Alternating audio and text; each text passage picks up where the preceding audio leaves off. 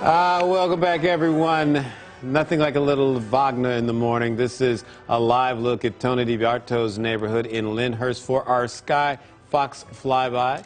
Tony rounded up a hearty crew of neighbors to get out this morning to wave at Sky Fox. Hello, folks. Yes, so Tony says all of his neighbors help each other out, and it's like a block party every day. They even have brunches every holiday. People from other streets show up. And get this, Tony tells us his parents moved to the street back in 1964, so his mom, Kathy, is considered the princess of the street.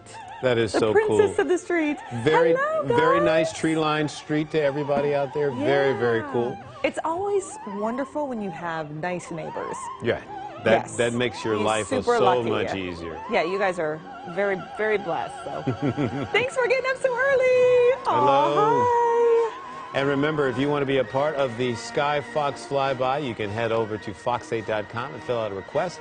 And we may see you next Friday morning with a little Wagner for you. Hey, they even have Fox 8 on the ground. That is awesome. That's cool. That's one way to get Sky Fox attention. Put That's Fox right. 8 on the ground. Just don't do it on your neighbor's lawn.